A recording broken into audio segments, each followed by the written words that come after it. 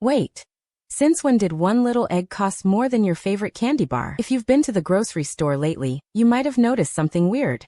Eggs, yes, plain old eggs, have gotten really expensive. So what's going on? Why is breakfast suddenly so pricey? Okay, let's crack this open.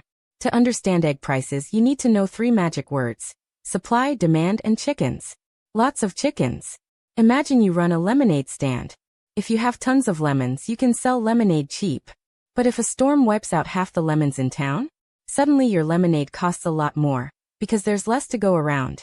That's called supply. Eggs work the exact same way. Farmers have millions of hens. Those hens lay eggs. The eggs get packed, shipped to stores, and end up in your fridge. When everything runs smoothly, eggs are cheap. But when something breaks that chain, prices go up. Fast. And here's where things get rough.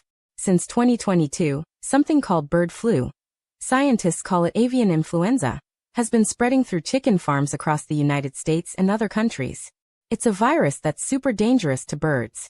When the virus is detected in a flock, government rules require that the whole flock be removed to stop it from spreading.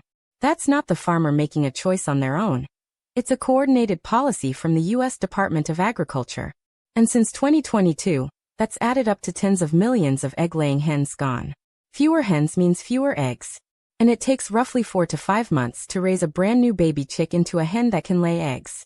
So farmers can't just snap their fingers and replace what they lost. Now you might think other stuff is driving prices up too, like expensive chicken feed or fuel for delivery trucks. Those things spiked back in 2022, but they've actually calmed down since. Right now, bird flu is doing most of the heavy lifting on egg prices. There's also another piece of the puzzle. In the US, just a handful of giant companies produce most of the eggs. When only a few players control most of the market, it raises questions. Are prices high because of bird flu? Or are some companies charging more than they need to? In 2025, the Department of Justice actually opened an investigation into possible price fixing in the egg industry. So it's not just chickens. It's also about who's selling the eggs. Now flip the carton over and look at the other side, demand. Even with prices high, people keep buying eggs. Bakeries need them for cakes. Restaurants need them for omelets. Families need them for breakfast. Economists have a fancy word for this. Eggs are inelastic. That just means when the price goes up, people don't cut back very much, so sellers can charge a lot more before shoppers say no thanks. Here's a real-world example. In March 2025, the U.S. national average for a dozen eggs hit about $6. And on some store shelves, certain cartons were tagged at $8 or more. For comparison, just a few years ago, a dozen eggs cost around $2.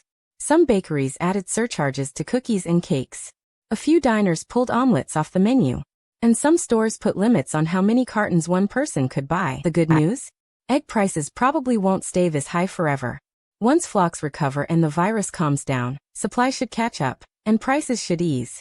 They might not fall all the way back to where they were, but breakfast should get friendlier. So next time you see a weird price at the store, ask yourself, is it supply, demand, or something about the company selling it? You're basically a tiny economist now. If you learned something cool, smash that like button and subscribe.